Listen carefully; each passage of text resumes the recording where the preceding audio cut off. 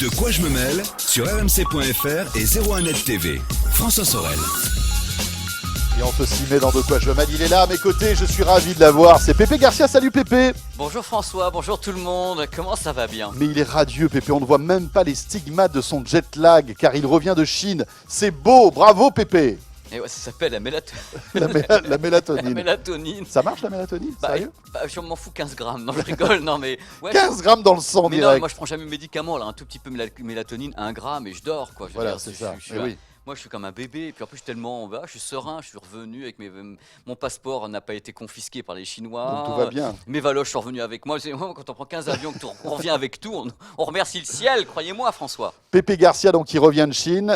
On va en parler. On va pas parler que de la Chine d'ailleurs. Hein. On va parler de Bose tout à l'heure. On va aussi évoquer un bon petit pizza movie. Franchement, vous avez aimé le Point Break des années 90. Je ne suis pas sûr que vous aimiez le Point Break des années 2000. Mais Mais bon, bon, on on va... connu l'autre. Voilà, c'est ça, c'est ça. Ils disent ça quoi. Ce sera dans un instant. Mais on va commencer par un constructeur de smartphones chinois que tu allais voir, Pépé. Qui est un top 10 monde quand même, parce que voilà, c'est Meizu. Alors tout le monde ne connaît pas Meizu. C'est Meizu qu'on dit, hein. Meizu. Pas Meizu. C'est Meizu. On m'a expliqué sur place qu'il y a des intonations et tout, mais ils sont très gentils les Chinois. Ils m'ont appris à parler chinois. Ni hao. Donc bref, c'était super. Alors donc je suis parti à la rencontre de Meizu. Alors j'ai appris des tas de trucs. Meizu. D'abord la naissance de la boîte. Moi je voyais un truc récent. 2003 quand même. La maison est née. 4000 salariés, 2000 ingénieurs, 20 millions de smartphones en 2015, dont 1 million à l'export. Donc c'est une boîte vraiment chinoise, François. Il faut savoir qu'ils ont commencé... C'est pour ça qu'on connaît. Enfin, bon, alors évidemment, les geeks qui nous regardent connaissent Meizu, mais les autres ne savent même pas ce que c'est. On croit que c'est une marque de riz cantonné, quoi. Et à la base, c'était des fabricants de baladeurs MP3 et autres. Ils ont commencé dans l'audio, ces gens-là. Donc c'est pour ça, moi je suis allé voir et j'ai vu un truc qui m'a super étonné, c'est qu'on s'est retrouvé dans une sorte d'université d'été, façon Apple, avec un CEO qui s'est pointé habillé comme Steve Jobs, avec vraiment les baskets, le jean et qui a fait le show. De la même façon, avec des fans. Avec le même talent que Steve Jobs ou pas? C'est culturel, c'est différent. Il y avait des vannes culturelles sur l'histoire. C'était à Pékin en plus, ils l'ont pas fait à Shenzhen. Donc il y avait des trucs qui étaient très drôles. Où on sentait qu'au moindre mot qu'il disait, il y avait les fans qui hurlaient avant qu'il finisse la phrase. Donc c'était plutôt drôle. Il nous a fait venir, en fin de compte, nous présenter le Pro 6. Donc les gens ne savaient pas qu'il y avait peut-être un Pro 1, un Pro 2, un Pro 1. Le Pro 6 qui est un smartphone qui en a quand même et qui est un modèle. Ce qui est marrant pendant toute la réunion qu'il a fait, toute l'université d'été, il a cité 3 fois Apple avec des photos de l'iPhone et tout. On sent qu'il y a une admiration en même temps pour Apple et en même temps on sent que c'est un concurrent. C'est-à-dire qu'il y avait les deux dans son discours. Donc ils sont imprégnés de la culture Apple et j'imagine que ça se ressent d'ailleurs. Le design déjà. Voilà, le design, effectivement. Le design du Pro 6. Les bords arrondis. Les bords arrondis, même la surcouche Flyme qui peut être un petit peu quelquefois inspirée. Il y a une inspiration. Oui. Mais alors, juste une chose, parce que des smartphones chinois, il y en a à l'appel. Voilà, on sait pratiquement, ça se passe, j'allais dire tous les mêmes. Non, mais c'est vrai que bon, un smartphone, c'est un smartphone. Oui. Qu'est-ce qu'il a? Il a des particularités qui font que c'est un téléphone unique. Ouais, il est unique parce que déjà le processeur qui s'appelle le Helio X25 a été conçu uniquement pour Meizu. C'est pas fait pour d'autres. C'est pour eux, ils l'ont commandé, on l'a fait pour eux. Donc c'est pas une copie de quelque chose.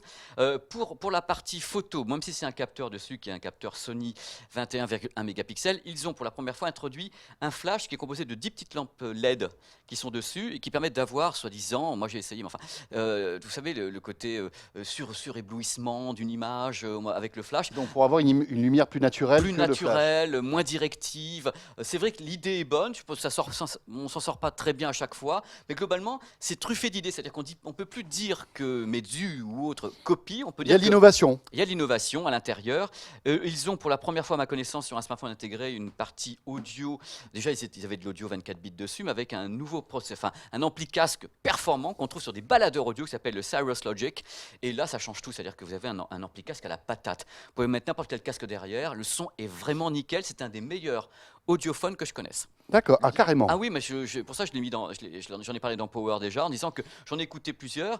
Il faut savoir que moi, j'ai une admiration particulière chez moi pour le Pro 4, ainsi que pour l'iPhone, qui est pour moi un excellent audiophone. Et celui-ci, c'est dans le top 3 des produits que j'aime beaucoup, qu'on peut acheter pour ça si on veut. Donc on peut écouter du son ARS sans aucun souci. Ah oui, il prend tout. Mais il n'y a pas de DAC à l'intérieur, malgré tout. Ah bah si, il y a un DAC. Il y a un DAC avec un l'ampli casque Cyrus Logic, du moment qu'il y a du son en HD, enfin hi-res. Il y a forcément un DAC. Je crois qu'ils ont pris des Burr Brown ou un truc comme ça, qui sont des produits qu'ils auraient pu mettre sur un baladeur à eux en pro. Ça sort ça en France? Eh ben oui, il est sorti. Oui, il doit être sorti 429 ou 449 euros suivant la capacité. Il est sorti. Ouais. C'est des produits qui sortent. Ils ont des velléités en fin de compte sur l'année 2016 de 100 000 pièces, tout modèle confondu. Ils en ont vendu 50 000 en 2015. Oui, en fait, ils n'ont pas énormément d'ambition. C'est-à-dire qu'ils commencent petits, quoi. Parce que 100 000 pièces, c'est pas... Ils sont chinois. Et à la base, quand je vous donnais tout à l'heure les chiffres d'1 million uniquement à l'export. Mais 100 000 où? En France? Oui, en France. Ah oui, c'est pas mal. Ils en ont vendu 50 000 en 2015. D'accord. Et uniquement 5 000 en 2014. Vous voyez la progression quand même. Donc ils tentent de se faire connaître. Moi, c'est une marque que j'aime bien. Je ne connais pas la durée de vie des trucs, par contre. C'est vrai que j'ai vu que la coque pouvait être. C'est pas aussi bien fini, entre guillemets. Mais en même temps, le produit ne coûte pas 800 euros. Il y a des trucs dedans. Ils ont essayé d'innover. Pour 400 euros, on a quand même un smartphone haut de gamme. Qui a de la gueule. Après, il faudra voir un petit peu ce qu'en pensent les journalistes du labo ici pour voir si le processeur tient la route, si l'appareil photo tient la route, etc. L'appareil photo, Delphine à BFM Business a dit qu'il était très très très bon. Ils ont déjà fait le test dessus. D'accord. Moi, la partie audio, je peux vous dire que c'est très très bon. Le reste, il faut laisser nos collègues agir. Parfait. Voilà. Regardez la belle boîte que nous avons ici, les amis. Alors, je ne sais pas si vous la voyez, vous vous dites, tiens, Pépé nous a apporté une caisse avec du vin à l'intérieur. Je suis content de nous amener ça, vous ne pouvez pas savoir. Voilà. Eh bien non, pas du tout. C'est pas une caisse avec du vin à l'intérieur. Quand on l'ouvre, regardez ce qu'il y a à l'intérieur. Oh là là là là. Mon Dieu. Alors là, je m'adresse à tous ceux qui sont avec nous en vidéo. Hop. Non mais c'est bon, vous pouvez faire ça. Hop, regardez à l'intérieur. Waouh, le casque qui tue. Alors pour tous ceux qui sont avec nous en audio, vous avez une boîte donc qui ressemble en fait à une boîte qui pourrait stocker du vin. Du vin, très bien fini. À l'intérieur, vous avez une espèce de moquette poilue. C'est ça, une moquette de Yeti. Une moquette de Yeti. Un dead Yeti, quoi. Et aussi un casque. Alors le casque bling bling dans sa puissance, quoi. Il est bien protégé. Il est protégé dans la moquette un truc incroyable. Et le casque est énorme. Voilà. Il est énorme parce qu'il est domestique. D'abord, c'est pas un casque pour mettre dehors et du MP3 ou autre. Je voulais présenter ça dans De quoi je me mêle parce que vous savez que je suis un amoureux de l'Asie, je suis un amoureux du Japon et ce genre de marque. Et amoureux du son. Du son aussi, mettez-le. Et ce casque est un casque japonais qui s'appelle Final Audio Design, le Sonorous. Je vais décoller le Boeing 777. Là. Voilà, alors attention, c'est parti, les questions qu'on peut se poser quand on a un casque comme ça dans un emballage comme ça, on va donner le prix, ça coûte 2800 euros. Comment ?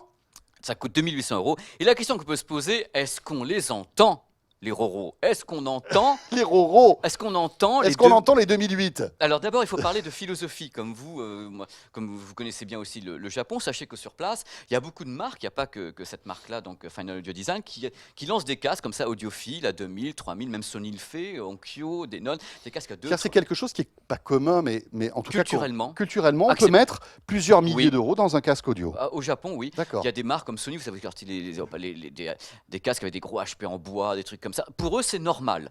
C'est pas que ça coûte pas cher. C'est la culture du son, de l'excellence. De l'excellence. Pour eux, c'est normal. Donc, c'est importé en France. Alors, la qualité de fabrication déjà est étonnante, qui peut justifier les 2800. Vous l'avez dans la main. Vous avez un côté acier, vintage. C'est un modèle qui est entièrement clos, qui pèse 490 grammes. Et l'idée folle avec ce casque, c'est d'essayer d'avoir conçu un casque qui puisse avoir la vie d'une enceinte haut de gamme écoutée en chambre sourde. C'est-à-dire un truc avec, comme si on avait un pavillon acoustique. Vous savez, dans les boîtes de nuit, dans les sonorisations, les trucs qui font, vous avez une sorte de pavillon acoustique, comme un entonnoir autour d'une enceinte. C'est pour justement une sorte de guide des ondes. Et on a mis tout ça dans ce casque. C'est assez étonnant. Il y a un haut-parleur de 50 mm avec une membrane de titane. Et le truc qui est le plus fou, tenez-vous bien les enfants, c'est un casque qui, contrairement à tous les casques hi-fi haut de gamme, a une impédance de 16 ohms uniquement. On peut le mettre avec n'importe quel smartphone début de gamme. On aura du son. On aura une puissance, c'est-à-dire qu'en général, les casques comme ça, ils ont les 70, mais ça peut aller jusqu'à 600 ohms, il faut les remuer. On met le son à fond, on n'entend rien. Avec la 600 ohms, il faut le remuer. Là, c'est 16 ohms, c'est du délire complet. Donc, bien sûr, c'est pas à faire. Alors moi, je l'ai écouté pendant une semaine. Je travaillais chez moi avec ça, c'est du miel. Alors je vais être plus large que dire c'est du miel. Qu'est-ce qu'on entend avec un casque pareil? On a l'impression d'entendre des haut-parleurs, vous savez, des enceintes électroacoustiques, des panneaux électroacoustiques. Vous savez, les panneaux très fins, avec uniquement la membrane qui vibre dans le vide. C'est une sensation de liberté, d'ouverture audio absolument dingue. Il y a zéro agressivité. C'est ça qui nous surprend presque, il y a zéro coloration. C'est-à-dire que quand on écoute tous les casques classiques qu'on écoute dans des environs 200, 300, 400 euros, il y a toujours une coloration. On peut dire, tiens, telle marque fait plus de ci, plus de ça. On peut même parfois reconnaître la marque sans savoir le casque qu'on a sur l'oreille. Les JBL, les Bose et autres. Là, on le met, on a du mal à lui donner une identité parce que derrière, c'est ouvert, c'est propre, c'est net, c'est clair. On entend les voix comme si le mec te susurrait dans l'oreille. Les instruments sont placés divinement. Le mot, c'est super aéré. C'est incroyable. La dynamique est incroyable justement parce que ça part tout de suite. Par contre, il n'y a pas beaucoup d'isolation des bruits extérieurs, donc c'est pour ça qu'il est fait pour chez soi. C'est-à-dire qu'à 2008, ils auraient pu rajouter quand même un petit Ils auraient pu système faire quelque chose.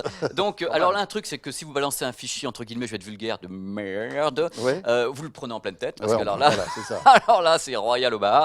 Par contre, si vous avez un bon baladeur avec un bon fichier, ça l'explose, c'est-à-dire que vous le sublimez.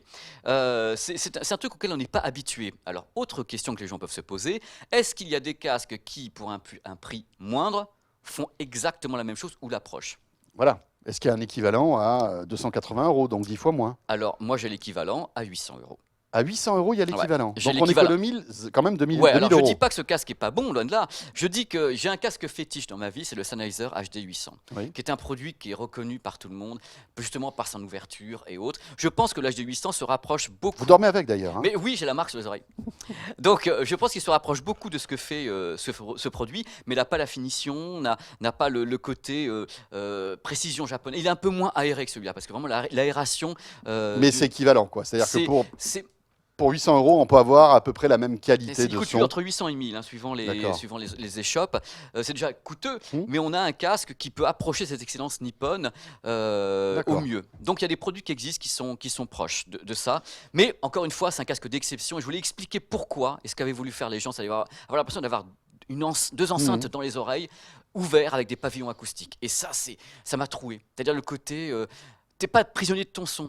T'es à l'intérieur d'une pièce qui te le diffuse. C'est la marque Final. C'est Final Audio Design, Final c'est Audio Sonoros Design. 8. Et il y a le disque existe et je testerai bientôt un produit à plus grand public Il a dans Power. un look un peu disco quand même, hein. Or comme ça et tout, Vous ça avez fait le produit très... Quincy Jones. Quincy Jones a le même genre Ouais, de c'est truc. ça, C'est c'est tous les ça. gens qui sont dans l'audio Oui. aiment bien que ça soit un côté un peu or, un peu voilà. argent. Un peu bling bling. Un quoi. peu, Voilà. un peu bling sa mère, Voilà. voilà. Mais je trouve ça. Mais je voulais vous le présenter. Je trouvais ça bien de vous en parler. Après, on fait C'est ce qu'on bien. veut. Ce qui est bien, c'est que quand on est fatigué, on peut dormir dans la boîte en fait. Ça fait coussin aussi. On peut mettre des animaux morts. Voilà, c'est ça.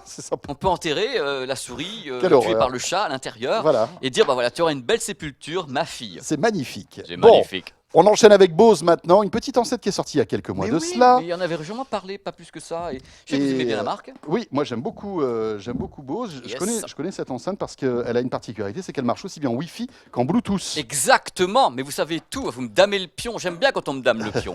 Alors c'est la SoundTouch Disc maintenant qui est sortie au mois d'octobre, je crois qu'il coûte à peu près entre 200 et 230 €. Alors ce qui est important, c'est que bien sûr c'est un produit qui peut être mis en réseau, Wi-Fi, Bluetooth, multiroom, on peut en mettre plusieurs. Il y a une application qui est absolument formidable dans le sens où elle peut vous permettre d'accéder aux radios numériques, à Spotify, Deezer, iTunes. Il y a une télécommande avec. Là, vous voyez, il y a des petits boutons et c'est là aussi l'intérêt de ce truc. Hein. Allez-y. C'est-à-dire que si par exemple vous pouvez en fait appeler avec chaque bouton une playlist par exemple que vous avez sur Spotify ou enfin voilà, ça vous permet sans vous servir du téléphone d'écouter de la musique préenregistrée avec des voilà, ça des accès boutons. à tout. Alors moi, ce que j'aimerais parler un petit peu du son. Alors le son, il faut dire quand même un truc sur ce produit parce qu'on est quand même là pour parler de ça. Par rapport à la taille du produit, je le dis franchement, c'est étonnant. C'est-à-dire que Bose a toujours tapé dans le grave quand même. C'est vrai qu'on peut dire que les produits Bose ont un grave soutenu. Là, ils ont réussi à balancer le grave soutenu sur une enceinte qui est quand même très compacte, qui est peut-être un peu lourde, mais quand on met ça dans une pièce, on a de la sauce, quoi. C'est mono en revanche. Hein. Alors attention, voilà. hein. Alors, vous arrivez au truc où moi je dis oh là là, ouïouïouï, c'est la fête. Oui, il y a un son qui est clair, il y a de l'aigu, il y a du grave, par contre, il y a une monophonie. Je trouve un peu dommage sur un produit comme ça, parce qu'il y a des enceintes qui coûtent le même prix, qui sont avec les 2 HP et tout, en stéréo, qui permettent de se mettre au milieu, d'avoir un pseudo stéréo. Oui. Là, c'est Du mono. C'est du mono. Et alors le pire, c'est que je crois que... Ah, il y a un pire. Non, mais le pire, mais c'est que... bâché, monsieur. Non, c'est pas ça. C'est que si vous en achetez 2, vous vous dites, tiens, c'est cool, je vais pouvoir les appairer en stéréo et avoir un son stéréo. Ouais. Eh bien, ça marche pas. Je sais. Voilà. Alors, pour l'instant, Bose nous a dit que pour l'instant, c'était pas possible. Peut-être qu'il y aura une mise à jour software qui permettra d'avoir la stéréo. Mais aujourd'hui, si par exemple, vous en avez 2, 3 ou même 2 simplement pour vous créer une petite chaîne hi-fi, vous n'aurez pas de stéréo. Eh ben oui, c'est comme ça.